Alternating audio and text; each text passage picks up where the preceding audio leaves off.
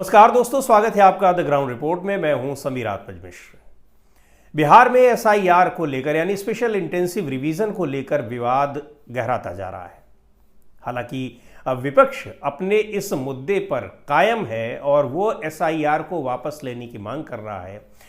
मतदाता सूची में जो पुनरीक्षण किया जा रहा है और विपक्ष के मुताबिक वो पुनरीक्षण पूरी तरीके से मनमाने तरीके से किया जा रहा है। चुनाव आयोग कह रहा है कि ये पूरी तरह से ये नियमों के मुताबिक हो रहा है। हालांकि चुनाव आयोग बुरी तरह से घिरा नजर आ रहा है, इस पर हम बात करेंगे। पहले भी हम बात कर चुके हैं और चुनाव आयोग हेकड़ी दिखा तो रहा है, लेकिन सुप्रीम कोर्ट ने जिस तरह से उसको फटकार लगाई है पिछले दिनों, तब वो 65 लाख उन मतदाताओं के नाम को और उनकी पहचान को उजागर करने पर तैयार हुआ है जिनके नाम उसने मतदाता सूची से मनमाने तरीके से हटा दिए थे और बता भी नहीं रहा था कि क्या किनके नाम हटाए गए हैं और क्यों हटाए गए हैं। सुप्रीम कोर्ट ने फटकार लगाई जबरदस्त और कहा कि आपको सारा कुछ विवरण देना पड़ेगा, आप बाध्य हैं देने के लिए और तुरंत दीजिए इसको। मंगलवार तक आप इसको दीजिए इस विवरण को और 22 अगस्त को फिर से दोबारा सुनवाई होगी उस पर। तो खैर, कल देर शाम ये वेबसाइट पर, चुनाव आयोग की वेबसाइट पर 65 लाख उन मतदाताओं की सूची सार्वजनिक की गई जिनके नाम मतदाता सूची से निकाले गए थे। लेकिन बिहार में जिस तरह से कल वोटर अधिकार यात्रा की शुरुआत हुई है विपक्षी गठबंधन, और जिस तरह से सड़कों पर उतरा है, बिहार के सासाराम से इसकी शुरुआत हुई है और 1 सितंबर को पटना में आकर ये खत्म होगी। करीब 23 जिलों का दौरा होगा, पदयात्रा होगी और इस पदयात्रा में बहुत सारी खास बातें हैं। एक 16 दिन तक लगातार यहाँ इंडिया गठबंधन के घटक दलों के सभी नेता कल इस कार्यक्रम में सासाराम में शामिल हुए। बड़ी भीड़ थी, हजारों लोगों की भीड़ थी और राहुल गांधी, तेजस्वी यादव, मल्लिकार्जुन खड़गे, दीपांकर भट्टाचार्य और तमाम नेता जो इंडिया गठबंधन के घटक दलों के हैं, मुकेश सहनी, ये सारे लोग उसमें मौजूद रहे। इस यात्रा में लगातार मौजूद रहेंगे राहुल गांधी और तेजस्वी यादव। अचानक रविवार का दिन था, कल चुनाव आयोग ने प्रेस कॉन्फ्रेंस रख दी और जो नए मुख्य चुनाव आयुक्त तो बने हैं ज्ञानेश कुमार साहब, पहली बार उन्होंने प्रेस कॉन्फ्रेंस की और इस पहली बार प्रेस कॉन्फ्रेंस के लिए उन्होंने रविवार का दिन चुना। रविवार का दिन क्यों चुना? छुट्टी का दिन होता है और मैंने भी काफ़ी कवर किया है चुनाव आयोग को, लगभग 22 साल हो गए हैं पत्रकारिता में, और भी कई मुझसे भी सीनियर लोग हैं। कल यही चर्चा होती रही, क्या कभी रविवार को भी चुनाव आयोग ने प्रेस कॉन्फ्रेंस की? तो किसी को याद नहीं पड़ रहा था। हालांकि अब कोई एक्सेप्शन हो, कभी हुई हो तो हम दावा नहीं कर सकते, लेकिन किसी को याद नहीं था। और किसी एक व्यक्ति को, 2 व्यक्ति को ना याद हो, लेकिन अगर सारे पत्रकारों को जो लगातार जिनकी बीट रही हो चुनाव आयोग, अगर उनको में से किसी को भी नहीं याद है तो इसका मतलब ये है कि नहीं हुआ है, और हुआ भी होगा तो बहुत ही रेयर कभी हुआ होगा। और जाहिर सी बात है कि अगर रेयर कोई चीज़ हो रही है तो इसका मतलब कि बहुत इमरजेंसी होगी, कोई बहुत ऐसा मौका होगा, कुछ ऐसी जानकारी उसको देनी होगी। लेकिन चुनाव आयोग ने जो जानकारी दी, लगभग 2 घंटे की उसकी प्रेस कॉन्फ्रेंस रही, फिर सवाल जवाब हुए। उस अपनी बात को कहने में और सवालों के जवाब में भी जो बात केवल मुख्य चुनाव आयुक्त ही बोले, बाकी और दोनों चुनाव आयुक्त खामोश बैठे हुए थे, एक भी शब्द उन लोगों ने नहीं बोला। उसमें वो अपनी ही बातें करते रहे।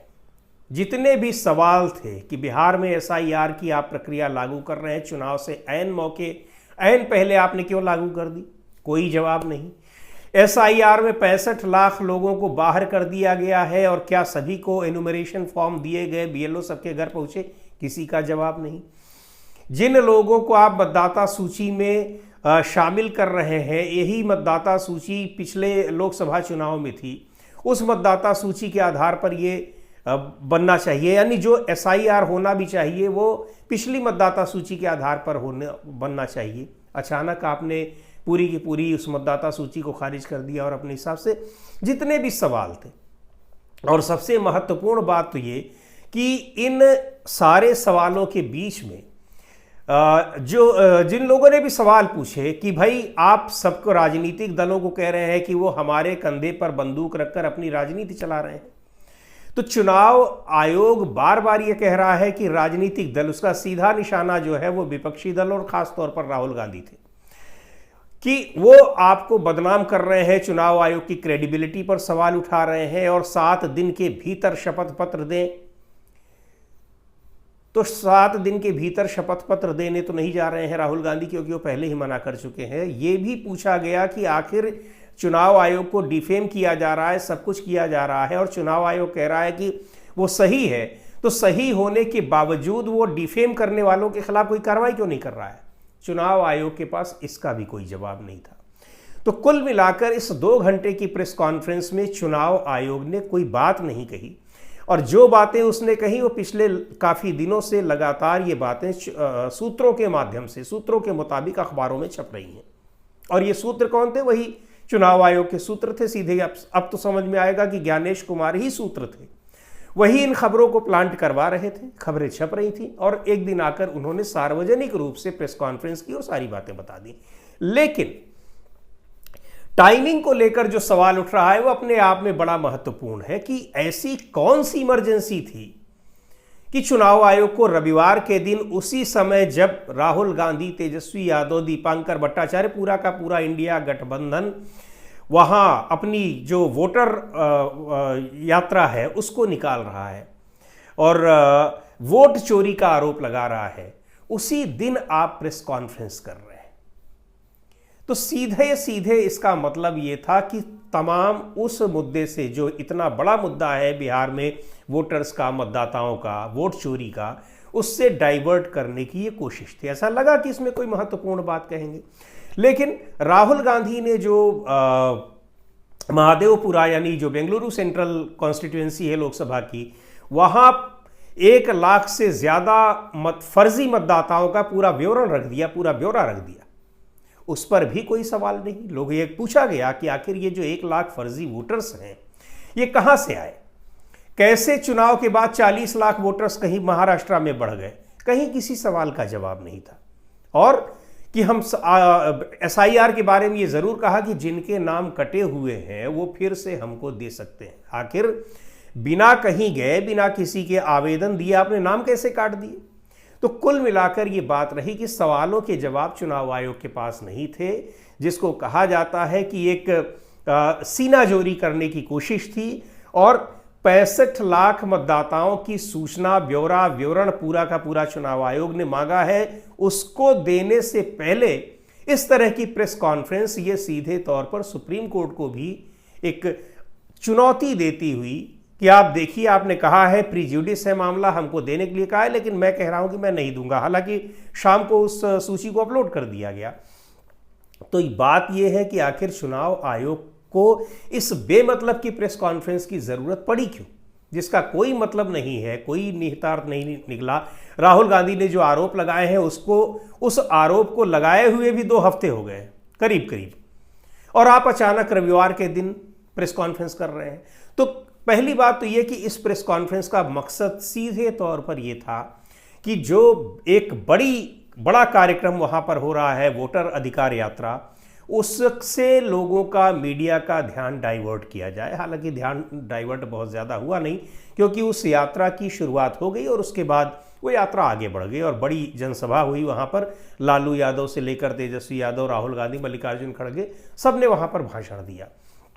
ज़बरदस्त भीड़ थी उस कार्यक्रम में और पूरा का पूरा बिहार का ये मतदाता जो है, जिसको ये डर है कि उसको अभी पहले चरण का ये पुनरीक्षण हो रहा है, दूसरे चरण के पुनरीक्षण में जो बचे हैं वो भी निकाल बाहर कर दिए जाएंगे, उसको लेकर ये जागरूकता रही और वो लोगों ने दिखा दिया कि वो अपने मताधिकार को लेकर कितने जागरूक हैं और इसको लेकर वो सड़कों पर उतर जाएंगे, उतर सकते हैं, वो उन्होंने दिखा दिया। पर चुनाव आयोग को डाइवर्ट करना था। दूसरी बात ये कि चुनाव आयोग ने ये फैसला क्या अपने से लिया कि राहुल गांधी, तेजस्वी यादव यानी इंडिया गठबंधन की इस यात्रा की शुरुआत के ही दिन उसको एक कहा जाए कि उसमें विघ्न डालने की अगर कोशिश की जाए तो ये चुनाव आयोग को इससे क्या लेना देना था? लगता नहीं कि चुनाव आयोग, हालांकि चुनाव आयोग जिस तरह से राजनीतिक दल की तरह व्यवहार कर रहा है उसको देखते हुए इस बात से इनकार नहीं किया जा सकता, लेकिन चुनाव आयोग ने अचानक प्रेस कॉन्फ्रेंस का फैसला अपने आप नहीं लिया, ये बात भी तय हो गई। ये फैसला लिया गया दबाव में। अब चुनाव आयोग के ऊपर किसका दबाव हो सकता है? चुनाव आयोग के ऊपर किसी मंत्री का दबाव तो हो नहीं सकता है। चुनाव आयोग के ऊपर राष्ट्रपति का दबाव तो हो नहीं सकता है। राष्ट्रपति को क्या जरूरत है करने की? चुनाव आयोग पर दबाव सिर्फ और सिर्फ जो शीर्ष नेतृत्व है सरकार का, उसी का दबाव हो सकता है। और शीर्ष नेतृत्व में सिर्फ 2 लोग आते हैं, ये बताने की जरूरत नहीं है, फिर भी मैं बता देता हूं कि 2 लोगों में पहला नाम है प्रधानमंत्री नरेंद्र मोदी का और दूसरा नाम है गृह मंत्री अमित शाह का।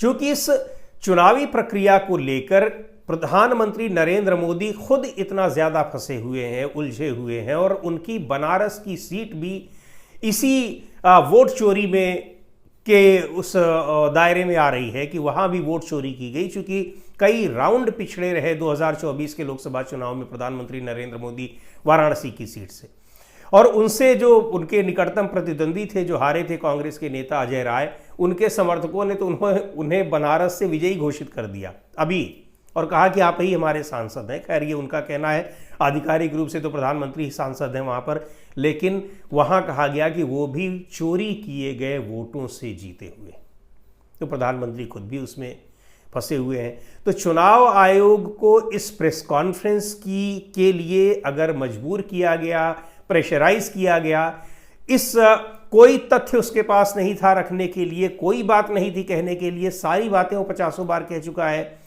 बावजूद इसके कहा गया कि आप प्रेस कॉन्फ्रेंस करिए ताकि जो इतना बड़ा इवेंट हो रहा है वो इवेंट बाधित हो जाए, उससे लोगों का ध्यान डाइवर्ट हो जाए, और इसके लिए उसके ऊपर दबाव डाला गया। किसका? क्या? निश्चित तौर पर वो सरकार में शीर्ष स्तर के नेतृत्व की ओर से दबाव डाला गया, इसमें कोई दो राय नहीं। और एक खबरें आ भी रही हैं कि ऐसा कहा गया, हालांकि इसकी कोई पुष्टि नहीं है।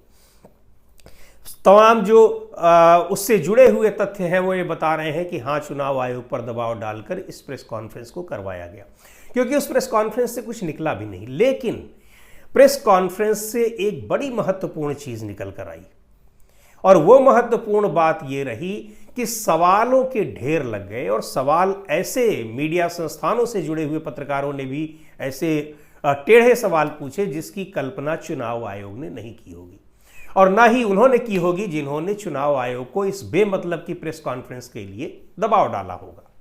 बहुत से सवाल यहां पूछे गए, और उन सारे सवालों में से किसी का जवाब चुनाव आयोग के पास नहीं था। सवाल कुछ पूछा जा रहा है, पहली बात तो 5-5, 6-6 लोगों के सवाल एक साथ लिए जा रहे हैं। उसके बाद जवाब में उन सवालों के जवाब नहीं आ रहे हैं। जवाब में जो मुख्य चुनाव आयुक्त ज्ञानेश कुमार साहब को जो सूझ रहा है, जो कहते बन रहा है, अपने आप बोले चले जा रहे हैं, मन की बात टाइप में, उसमें उस सवाल का जवाब है कि नहीं है। 1 to 1 किसी पत्रकार के सवाल का जवाब नहीं दिया, यानी मैं पूछ रहा हूं और आप जवाब दीजिए, इसलिए क्योंकि सवालों का जवाब देना ही नहीं था। सवाल आप कुछ भी पूछ रहे हैं, जवाब उनको अपने मन से देना है, और किसी सवाल से जुड़ा हो या ना जुड़ा हो, इससे उनको कोई मतलब नहीं है। राजनीतिक दलों को धमका जरूर रहे हैं, पूरा धमकी भरे अंदाज में, और एकदम इस तरह से कह रहे हैं कि देश की जनता ये जान रही। अरे भाई, ये लैंग्वेज एक संवैधानिक पद पर बैठे हुए, उसके शीर्ष पद पर बैठे हुए व्यक्ति की नहीं होती। मुख्य चुनाव आयुक्त के पद पर बैठे हुए व्यक्ति की ये भाषा नहीं होती है, सड़क छाप भाषा कि देश की जनता सब जान रही है। नेताओं की भाषा होती है, जो अपने विरोधी नेताओं के लिए बात करते हैं। सत्ता पक्ष के नेता विपक्ष के लिए कहते हैं, और विपक्ष के नेता सत्ता पक्ष के लिए कहते हैं। यह आपकी भाषा नहीं है, लेकिन मुख्य चुनाव आयुक्त उसी भाषा में, उसी बॉडी लैंग्वेज में, उसी तौर तरीके से बात कर रहे थे। अब क्यों ऐसा कर रहे थे? उनके ऊपर किसका हाथ है? निश्चित तौर पर हाथ उसी का है जिसने प्रेशराइज किया है, और जिसको उस स्तर तक लाने में उन्होंने अपने पूरे इस संवैधानिक दायित्व को की बलि चढ़ा दी है। निश्चित तौर पर उनके लिए ऐसा कर रहे हैं। खैर, एक तो यह हुआ कि इसमें बहुत सारे सवाल आ गए जिनका जवाब नहीं था चुनाव आयोग के पास, तो चुनाव आयोग पूरी तरह से एक्सपोज हो गया। 22 अगस्त को जाना है, उसको सामना करना है सुप्रीम कोर्ट का भी, देखते हैं वहां किस तरीके से उसका सामना करता है। दूसरी महत्वपूर्ण बात यह कि जिस तरह से अब ये वोटर अधिकार यात्रा निकली है, इस वोटर अधिकार यात्रा में इतनी बड़ी संख्या में चुनाव आयोग के खिलाफ प्रमाण आ जाएंगे जिसकी कल्पना भी नहीं की होगी चुनाव आयोग ने। इसलिए क्योंकि ये 16 दिनों तक यात्रा बिहार के अलग अलग स्थानों पर, उसका एक रूट है, वहां तक जाएगी। 1 तारीख को राजधानी पटना में उसका समापन होगा। उससे पहले ये कम से कम लगभग 20 से ज़्यादा ज़िलों में जा रही है, करीब 23 ज़िलों में जा रही है। जगह जगह इसमें जनसभाएं होंगी, छोटी रैलियां होंगी, छोटी बड़ी रैलियां, लोगों से जुड़ने का कार्यक्रम होगा। और सबसे महत्वपूर्ण बात ये कि जो एक आम वोटर से, आम जनता से इंटरेक्शन होगा नेताओं का, विपक्षी नेताओं का। निश्चित तौर पर उस इंटरेक्शन के दौरान बहुत से ऐसे लोग आएंगे जिनके नाम इस मतदाता सूची से काटे गए हैं, बिना किसी कारण के काटे गए हैं। कोई नोटिस नहीं दिया गया लेकिन नाम काट दिए गए हैं। जिस तरह से सुप्रीम कोर्ट में 17 लोगों को लाकर रख दिया गया कि ये देखिए इनको मरा हुआ बता दिया गया है और जीवित लोग हैं, और मृतक बताकर इनके नाम वोटर लिस्ट से काट दिए गए हैं। राहुल गांधी की जो कल जनसभा हुई उसमें कई लोग राहुल गांधी के साथ खड़े दिखाई दे रहे थे। उन्होंने टी-शर्ट पहन रखी थी कि मेरा वोट चोरी हो गया। तो ये जब यात्रा गुजरेगी इन 16 दिनों में, ऐसे हजारों की संख्या में लोग सामने आएंगे जिनको बिना नोटिस दिए मनमाने तरीके से चुनाव आयोग ने उनके नाम मतदाता सूची से काट दिए हैं। और इस मनमाने तौर तरीके को किस तरीके से वो जस्टिफाई करने की कोशिश कर रहा है वो देखा जा सकता है। लेकिन 22 अगस्त बड़ी महत्वपूर्ण तारीख है जिस दिन सुप्रीम कोर्ट में एक बार फिर सुनवाई होगी इस मुद्दे पर, SIR के मुद्दे पर। और साथ ही राहुल गांधी ने जो कुछ पर्दाफाश किया है महादेवपुरा विधानसभा सीट पर, बेंगलुरु सेंट्रल लोकसभा सीट के तहत आने वाली, उन सारे मुद्दों पर सुप्रीम कोर्ट क्या रुख अख्तियार करता है, क्या कोई फैसला अपना देता है, ये देखने वाली बात होगी। लेकिन चुनाव आयोग बुरी तरीके से घिरा हुआ है और इसी अपने माया जाल में और फंसे होने के कारण उसको मजबूर होना पड़ा किसी और के दबाव में इस बेमतलब की प्रेस कॉन्फ्रेंस करने के लिए। आज के इस वीडियो में दोस्तों इतना ही। अगले वीडियो में फिर मिलेंगे एक नए विषय के साथ, एक नए मुद्दे के साथ। द ग्राउंड रिपोर्ट के यूट्यूब चैनल को आपने अब तक सब्सक्राइब ना किया हो तो ज़रूर कर लें। हमारे वीडियोज़ को लाइक करें, शेयर करें और अपने सुझाव भी हमें ज़रूर भेजें।